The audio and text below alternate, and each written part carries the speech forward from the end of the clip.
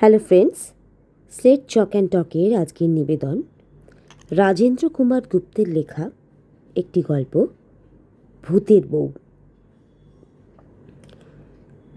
পুজোর ছুটিতে বাইরে যাব ঠিক করেছি, কিন্তু কোথায় যাব তখনও কিছু ঠিক করিনি। আমার বন্ধু রণদেব ঘোষালকে বলতে সে বলল যে ওদের শিমুলতলায় একটা বিরাট বাড়ি আছে। আমি আর আমার স্ত্রী ইচ্ছে করলে পুজোর ছুটিটা ওখানে অনায়াসে কাটাতে পারি। আমিও রণদেবকে বললাম, বেশ, পুজোর ছুটিটা এবার তাহলে তোমাদের বাড়িতেই কাটিয়ে আসব। তোমাদের যখন ওখানে বাড়ি আছে তখন আলাদা বাড়ি ভাড়া নিয়ে থাকার প্রশ্নই ওঠে না। রণদেব বলল, বাড়িটা খালি পড়ে আছে। আমার ঠাকুরদা বাড়িটা কিনে মাত্র 2-4 মাস ছিলেন। তারপর আর আমাদের বাড়ির কেউ ওই বাড়িতে যায়নি, মানে যাওয়া হয়ে ওঠেনি। তোমরা 2 মাস থাকবে ঠিক করেছ, বাড়িটা একটু সাফ করে নেবে। আমি সিগারেট ধরিয়ে বললাম, বিনা ভাড়ায় বাড়িটা যখন পাওয়া যাচ্ছে তখন না হয় একটু পরিষ্কার করে নেওয়া যাবে। রণদেব বলল, বিরাট কম্পাউন্ডওয়ালা বাড়ি, তবে তবে কি? শিমুলতলা শহর ছেড়ে একটু দূরে হবে। তা হোক, আমি বা আমার স্ত্রী ওই রকম নিরিবিলি বাড়ি পছন্দ করি। কলকাতার এই কল কাকলি আর ভালো লাগে না। রণদেব আমতা আমতা করে বলল, বাড়ির সামনে জঙ্গল থাকতে পারে। রণদেবের কথায় সন্দেহ হয়। বাড়ির কথা বলে, এখন যাতে সে বাড়িতে না যাই সেজন্যই কি নানা রকম বাহানা করছে, অথবা চক্ষু লজ্জার খাতিরে আমাদের বাড়িটা ছেড়ে দিতে চাইলেও আসলে ওর ইচ্ছে নয় যে আমরা ওই বাড়িতে উঠি। এই জন্য ও নানা রকম টাল বাহানা করছে। আমিও সহজে ছড়বার পাত্র নই। ঠিক করলাম ওখানে গিয়ে ওই বাড়িতেই থাকব। আমি বলি, জঙ্গল থাক, তা পরিষ্কার করে নেওয়া যাবে। রামহরিকে তো সঙ্গে নিয়েই যাচ্ছি, তবে তোমার যদি আপত্তি থাকে না হয় আমি অন্য বাড়ি ভাড়া নেব। আমার উক্তিতে রণদেব আঘাত পায়। ও বলে, না ভাই, আমার কোনো আপত্তি নেই। তুমি কথাটা ওভাবে ধরছ কেন? তাছাড়া বাড়িটা বহুদিন ধরে খালি পড়ে আছে। সে কথা নয়, তবে তবে আবার কি? তুমি আমার বন্ধু, তাই তোমাকে সব কথা খুলে বলাই ভালো। বাড়িটা আগে ছিল এক জমিদারের, বেশ বড় বাড়ি, অনেকগুলো ঘর। রণদেব আশেপাশে একবার তাকিয়ে নিল। আমার স্ত্রী রান্নাঘরে, ছেলে মেয়ে স্কুলে। রণদেবের ভাব দেখে হাসি পেল। সে যেন কথাটা গোপনে বলতে চায়। রণদেব বলল, বাড়িটাকে ও অঞ্চলের অনেকেই ভুতুড়ে বাড়ি বলে। অনেকে নাকি অনেক কিছু দেখেছে। সেই ভয়েই আমরা ওই বাড়িতে উঠি না। তাছাড়া আমার ঠাকুরদার মৃত্যুটাও রহস্যজনক। আমি হেসে বলি, দেখো রণদেব, তুমি তো জানো আমি ভূতে বিশ্বাস করি না। ভূতের ভয় আমার নেই। ভূত বলে কিছু নেই। তুমি যখন ভুতুড়ে বাড়ি বলছো তখন আমি ওই বাড়িতেই থাকবো এবং প্রমাণ করে দেব ভূত বলে কিচ্ছু নেই। রণদেব তার শেষ অস্ত্র নিক্ষেপ করে আমার যাওয়ার বন্ধ করতে চায়। তুমি হয়তো ভূতে বিশ্বাস করো না, কিন্তু তোমার স্ত্রী বা ছেলে মেয়ে তারা তো ভয় পেতে পারে। আমি হো হো করে হেসে উঠে বলি, তারাও আমার মতো ভূতে বিশ্বাস করে না। রণদেব হতাশ হয়। এতভাবে চেষ্টা করেও সে আমাদের যাওয়া থেকে বিরত করতে পারে না। বিদায় নেবার সময় বলে, পুজোর ছুটি তো আগামী পরশু থেকে শুরু হচ্ছে। আমি আগামীকাল তোমাকে শিমুলতলার বাড়ির চাবি আর ডিরেকশন দিয়ে দেব। ওখানে গিয়ে কেমন থাকো চিঠি দিয়ে জানিও। আমি হেসে বলি, ভয় নেই, ভালোই থাকবো। ভূত থাকলে কিলিয়ে ভূত ছাড়াবার মতো ক্ষমতা রাখি। পরদিন ভোরে এসে রণদেব যথারীতি ওদের শিমুলতলার বাড়ির চাবি আর ডিরেকশন দিয়ে যায়। আমরা লট বহর নিয়ে যাওয়ার প্রস্তুতি নিয়ে ব্যস্ত থাকি। আমার সঙ্গে আমার স্ত্রী, ছেলে ও মেয়ে যাবে। তাছাড়া বাড়ির পুরনো চাকর রামহরি যাবে। তাছাড়া যাবে পাচক ঠাকুর আর মানদা ছি। গিন্নির স্বাস্থ্য কয়েক বছর ধরেই খারাপ যাচ্ছে। শিমুলতলা স্বাস্থ্যকর জায়গা। যদি 2টি মাস ছুটি কাটিয়ে কিছুটা স্বাস্থ্যের উন্নতি হয়, মন্দ কি? পাচক ঠাকুরকে সঙ্গে নেওয়া দরকার, নইলে ওই স্বাস্থ্য নিয়ে গিন্নিকে রান্নাবান্নায় ব্যস্ত থাকতে হলে আর স্বাস্থ্যোদ্ধার সম্ভব হবে না। মানদাছি ছাড়া গিন্নির এক দণ্ড চলে না। তারাও সব আমাদের সঙ্গে যাবে। আমরা নিরাপদেই ভোরবেলা শিমুলতলা পৌঁছে গেলাম। রণদেবের বাড়িটা শিমুলতলা থেকে মাত্র 3 মাইল দূরে।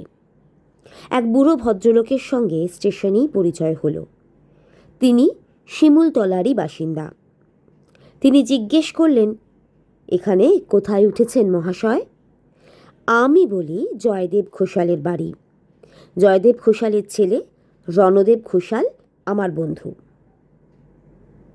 ভদ্রলোক আমার মুখে জয়দেব ঘোষালের বাড়ি শুনে যেন কেমন হতভম্ব হয়ে গেলেন। কিছুক্ষণ পর জিজ্ঞেস করলেন, মশাই কি বাড়িটা কিনেছেন? না। তবে কি ভাড়া করেছেন? তাও না। জয়দেব ঘোষালের ছেলে রণদেব ঘোষাল আমার বন্ধু, তাই 2 মাস ছুটিতে ওই বাড়িতেই থাকার ঠিক করেছি। ভাড়া কিছুই দিতে হবে না। মশাই, অন্য কোনো বাড়ি ভাড়া করলেই পারতেন। ও বাড়িতে থাকতে পারবেন কি? আমি যেন কিছুই জানি না সেভাবেই পাল্টা প্রশ্ন করি, কেন? ভদ্রলোক আমার স্ত্রী ও ছেলে মেয়েদের দিকে একবার নজর বুলিয়ে নিয়ে বললেন, সব কথা এখন আপনাকে খুলে বলা ঠিক নয়।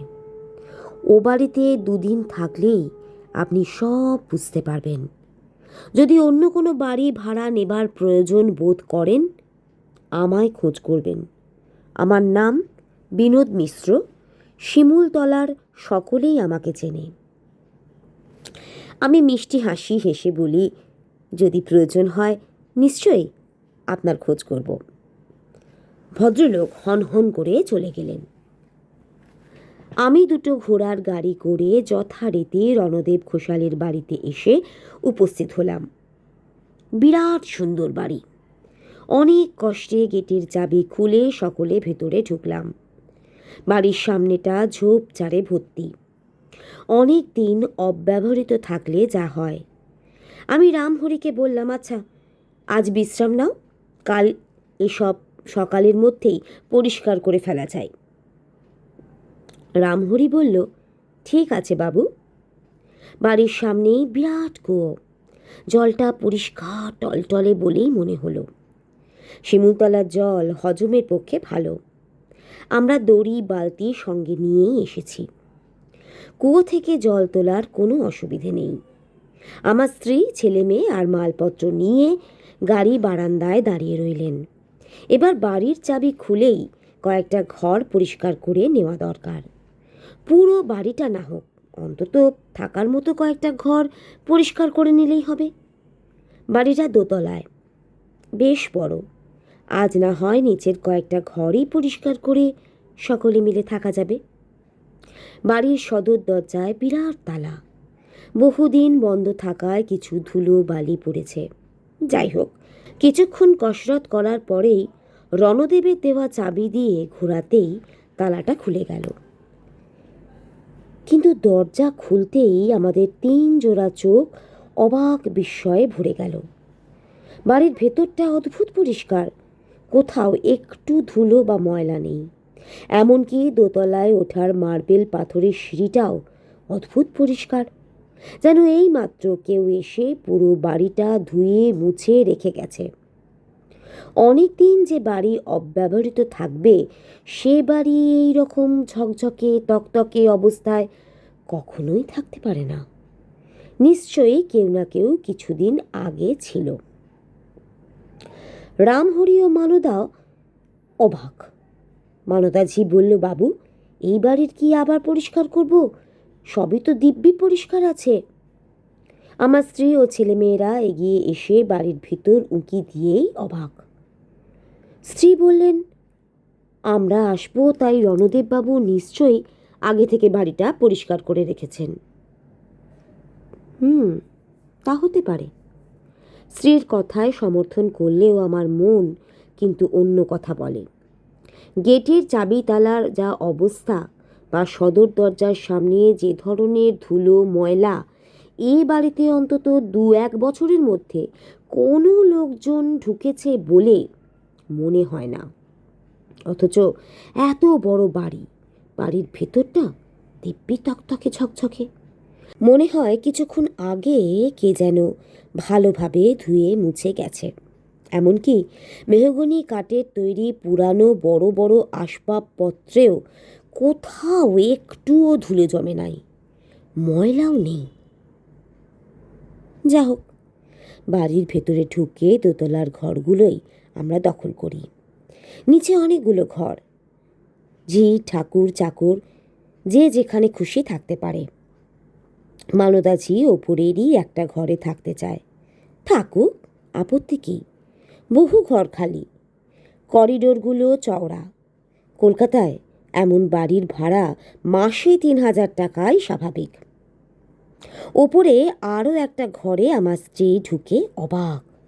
শুনে যাও। স্ত্রীর ডাক শুনে আমাকে ছুটে যেতে হয়। দেখো, টেবিলে রাখা ওই ফুলদানিটায় টাটকা রজনীগন্ধার স্তবক। রণদেববাবু আগে ভাগেই সব ঠিক করে রেখেছেন। অনেক দিন অব্যবহৃত থাকলে বাড়ির কখনো এমন হাল হয়? কিন্তু বাড়ির চাবি যে আমার কাছে। আমার স্ত্রী হেসে ওঠেন। তোমার ঘটে যদি একটুও বুদ্ধি থাকতো, নিশ্চয়ই রণদেব বাবুদের হয়ে এখানকার কেউ বাড়িটা দেখাশোনা করে। তাদের কাছে নিশ্চয়ই ডুপ্লিকেট চাবি আছে। নানা রকম চিন্তা আমার মনে ভিড় করে আসে। টাটকা রজনীগন্ধার স্তবক ফুলদানিতে এলো কি করে? যা শুনেছি, যা দেখেছি, অবাক হওয়ার মতোই বটে। তবে একটা সান্ত্বনা এই যে বাড়িটা যদি ভূতেরই হয়ে থাকে, এবং এই বাড়িতে যদি ভূত থাকে, ভূতেরা কিন্তু এ পর্যন্ত আমাদের কোনো অপকার করেনি, বরং যথেষ্ট উপকার করেছে। ঘরদোর ঝকঝকে তকতকে করে রেখেছে, কোথাও একটু ধুলো বা ময়লা নেই। তাছাড়া তারা যথেষ্ট সৌন্দর্য জ্ঞানেরও পরিচয় দিয়েছে। ফুলদানিতে রজনীগন্ধার স্তবক রেখেছে। যা হোক, দুপুর গড়িয়ে সন্ধে হয়েছে। সময়টা একরকম নির্বিঘ্নেই কেটে গেছে। দোতলার বারান্দায় বসে একখানা বাংলা উপন্যাস পড়ছি। ছেলেমেয়েরা ঘরে, স্ত্রী ও ঘরে বসে উল বুনছে। ঠাকুর নিচে রান্নাঘরে রান্না করছে। মানদা ঝি আর চাকর রামহরি অন্যান্য কাজে ব্যস্ত। হঠাৎ ঠাকুর নিচের রান্নাঘর থেকে একেবারে খুন্তি সহ ওপরে উঠে এসেছে। চোখ মুখ ভয়ার্ত ভাব। ঠাকুর এসে বলল, বাবু, ভীষণ অসম্ভব ব্যাপার, আপনি একবার নিচে আসুন। বাধ্য হয়েই আমাকে বই থেকে মুখ তুলতে হলো। কেন, কি হয়েছে? ঠাকুর কাঁপতে কাঁপতে বলে, রান্নাঘরের জানলা দিয়ে। ঠাকুর ইতস্তত করে। কিভাবে বলবে, হয়তো তাই ভাবছে। উড়িয়া ঠাকুর।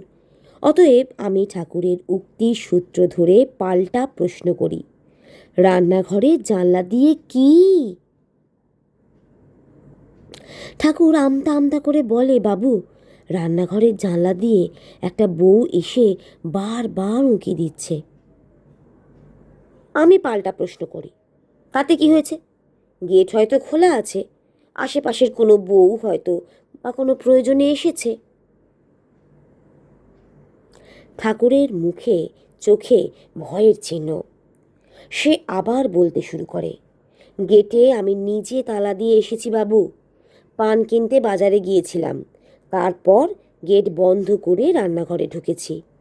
জানলার পাশেই উনুন।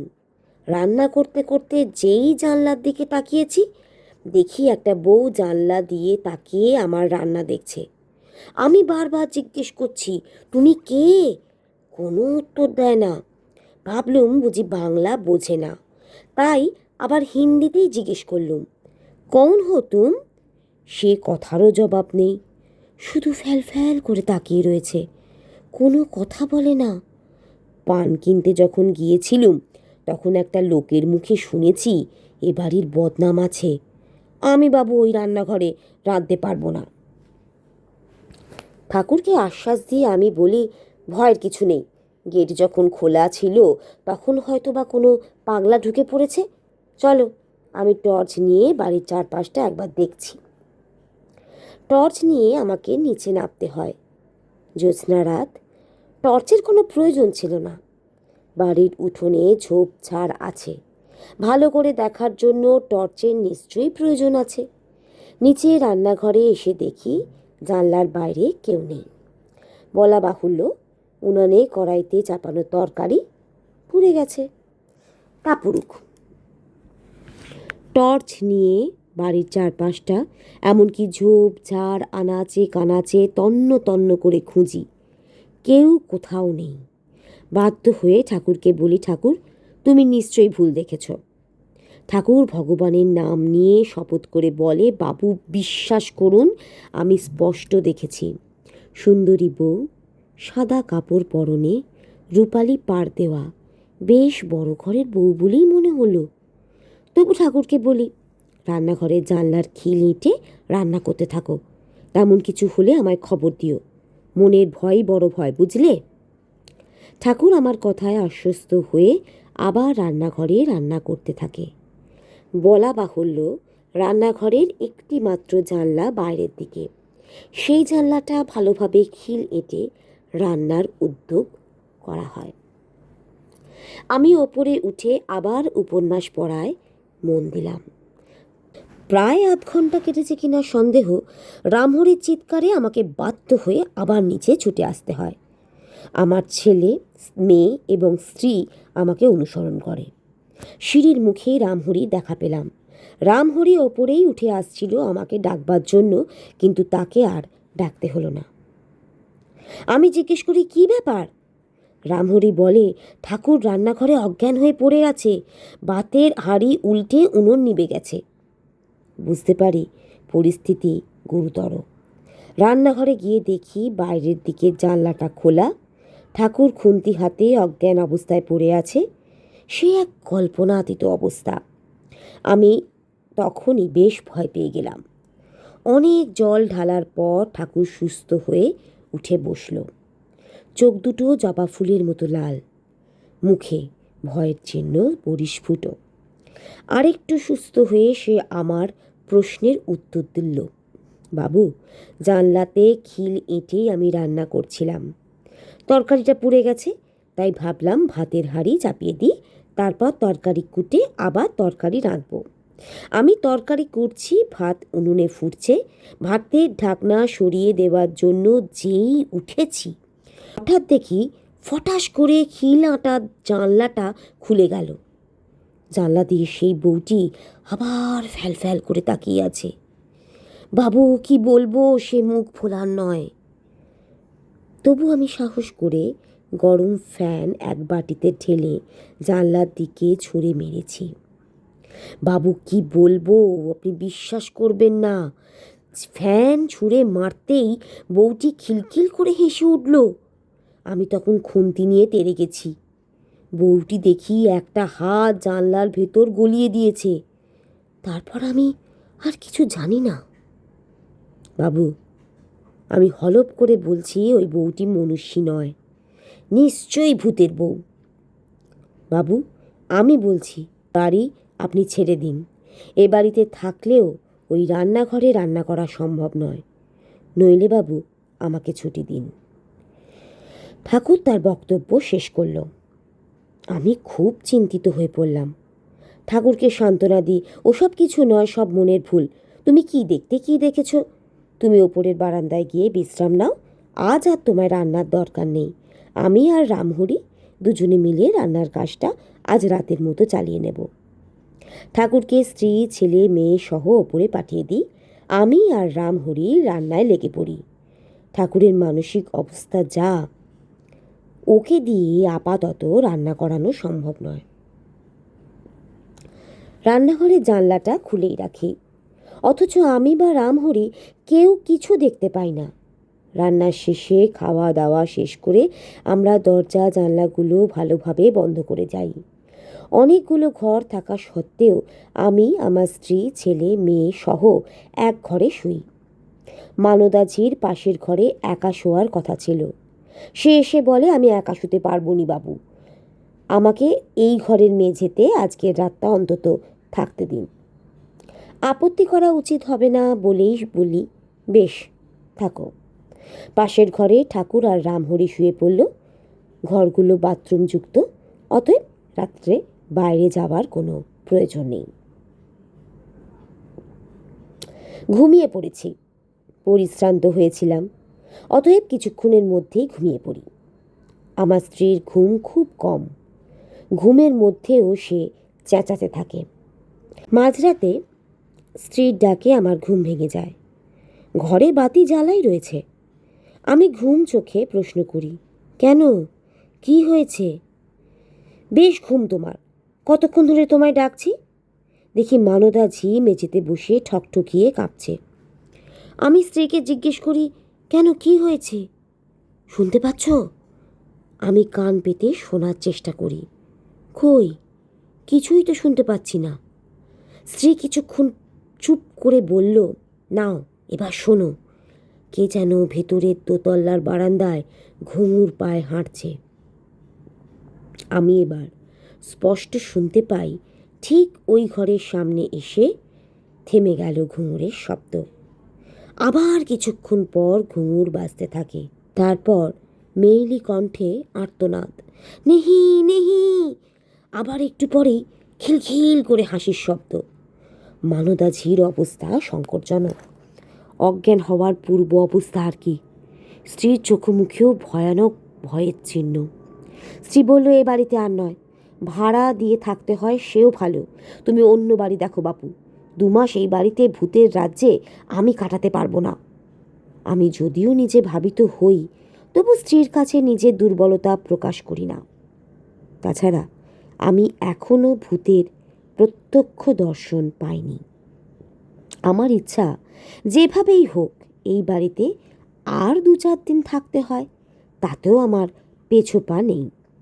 ভূত যদি প্রত্যক্ষ করতে পারি, তবে অভিজ্ঞতার ক্ষেত্রে ভৌতিক বিষয়ে এক নবতর সংযোজন সম্ভব হবে। কিন্তু এ বাড়িতে 2 মাস কিছুতেই সম্ভব হবে না। যদি থাকি, ঠাকুর, চাকর, ঝি সব পালিয়ে যাবে। এমনকি নিজের স্ত্রীপুত্র কন্যারাও বিদ্রোহ শুরু করতে পারে। স্ত্রীর কাছে অন্যভাবে বিষয়টা উত্থাপনের চেষ্টা করি, যাতে এ বাড়িতে আর 2-4 দিন থাকা সম্ভব হয়। আমি স্ত্রীকে বলি, আমার কি মনে হয় জানো? কি? রণদেব মনে হয় ওর লোক মারফত আগে থেকেই সব ব্যবস্থা করে রেখেছে। তাই বলে ভূত নিয়ে আর কি, আরেকটু হলে ঠাকুরটা যে প্রাণে মারা যেত। আগে আমার কথাটা শোনোই না। আমি রণদেবকে বলেছিলাম যে আমি, আমার স্ত্রী আর আমার ছেলে মেয়ে কেউ ভূতে বিশ্বাস করি না। ও বোধ হয় আমাদেরকে ভয় পাইয়ে দেওয়ার জন্যেই এই সব ব্যবস্থা করছে। এ বাড়ির কোনো গুপ্ত পথ আছে হয়তো, সেই পথ দিয়ে ওরা এসে আমাদের ভয় টয় দেখাচ্ছে। বাড়ি অবশ্য পাল্টাতেই হবে, তবে আরও 2-4 দিন দেখা যাক। স্ত্রী আমার কথায় কিছুটা আশ্বস্ত হয়েই বলল, সে তুমি যা ভালো বোঝো করো। আমার কিন্তু বাপু এই বাড়িটা মোটেই ভালো লাগছে না। আর এ যদি রণদেব বাবুর ইয়ার্কি হয়, এ ধরনের মারাত্মক ইয়ার্কি পান নিশ্চয়ই বন্ধ করা উচিত। আমি কিছুক্ষণ চিন্তা করে বলি, 2-1 দিনের মধ্যেই যদি এসব বন্ধ না হয় তবে বাধ্য হয়ে অন্য বাড়ির ভাড়া নিতে হবে।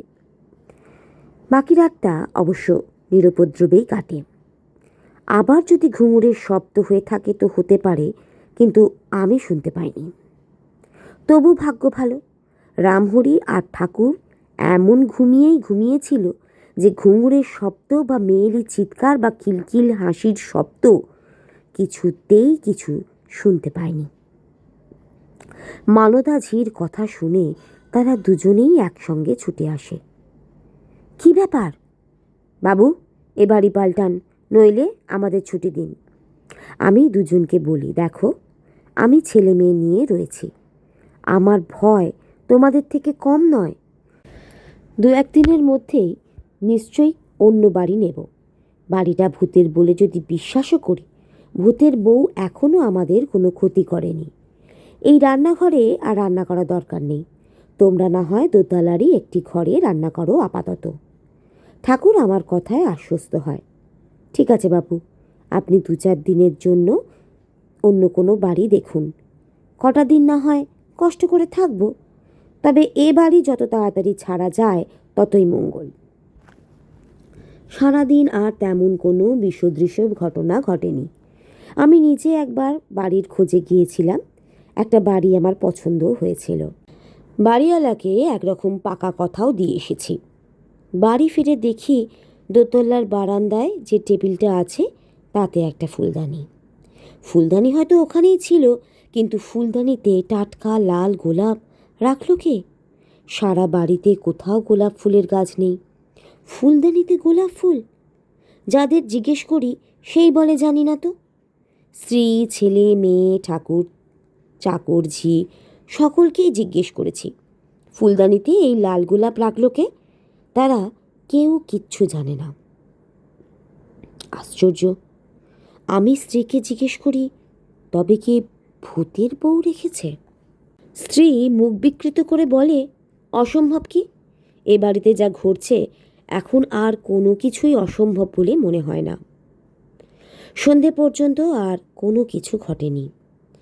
আমি আর বিকেলের দিকে শিমুলতলা যাইনি। ফিরতে যদি রাত হয়ে যায়, এই ভুতুরে বাড়িতে ভূতের বউ এসে কার কাছে উপস্থিত হয় কে জানে। ভেবে রেখেছি বিকেলবেলা একবার ছাদে উঠে ঘুরে বেড়াবো। সন্ধেবেলা ছাদে উঠেছি একাই, কিন্তু আমি কি দেখছি? স্পষ্ট দেখতে পাচ্ছি ছাদের এক কোণে মিষ্টি মধুর একটি বউ ফ্যাল ফ্যাল করে আমার দিকে চেয়ে রয়েছে। কে কে?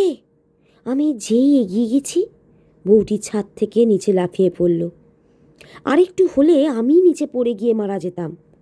ওইখানের রেলিংটা একদম ভাঙা। ভগবানের দয়ায় কোনো রকমে পতন ও মৃত্যুর হাত থেকে যাত্রায় রক্ষা পেলাম। ভয়ে গাটা আমার কাঁটা দিয়ে উঠেছে। আর একটু হলেই আমি অজ্ঞান হয়ে পড়ে যেতাম। পরদিন ভোরেই দেখি বিনোদ মিশ্র, অর্থাৎ যে বুড়ো ভদ্রলোকের সঙ্গে আমাদের প্রথম দেখা হয়েছিল, তিনি দেখা করতে এসেছেন। তাকে আমাদের সকল অভিজ্ঞতার কথা বর্ণনা করি। তিনি সব শুনে বললেন, এ বাড়িটা বহুদিন আগে একটা জমিদার বাড়ি ছিল। জমিদার শান্তাপ্রসাদের স্ত্রী ছাদ থেকে পড়ে আত্মহত্যা করেন। তারপর থেকে এ বাড়ি অনেক হাত বদল হয়েছে, কিন্তু এখানে কেউ বেশি দিন থাকতে পারেনি। প্রতি রাতে এই বাড়িতে ভূতের বউদের দেখা যায়। আশেপাশের লোকেরা সবাই কথা জানে। রণদেবের ঠাকুরদা তারাপদ ঘোষাল এতে বিশ্বাস করতেন না। তিনি এই বাড়ি কেনা মাত্র কয়েক মাস পরে ছাদ থেকে পড়ে মারা যান। বিনোদবাবুর কথা শুনে আমার স্ত্রী বলেন, বিনোদবাবু, আমরা আজই বাড়ি পাল্টাবো। ভূতের বইয়ের সঙ্গে আর একদিনও এ বাড়িতে ছেলে মেয়ে নিয়ে আমি থাকতে রাজি নই। আমিও কোনো প্রতিবাদ না করে নীরবে স্ত্রীর প্রস্তাব সমর্থন করলাম।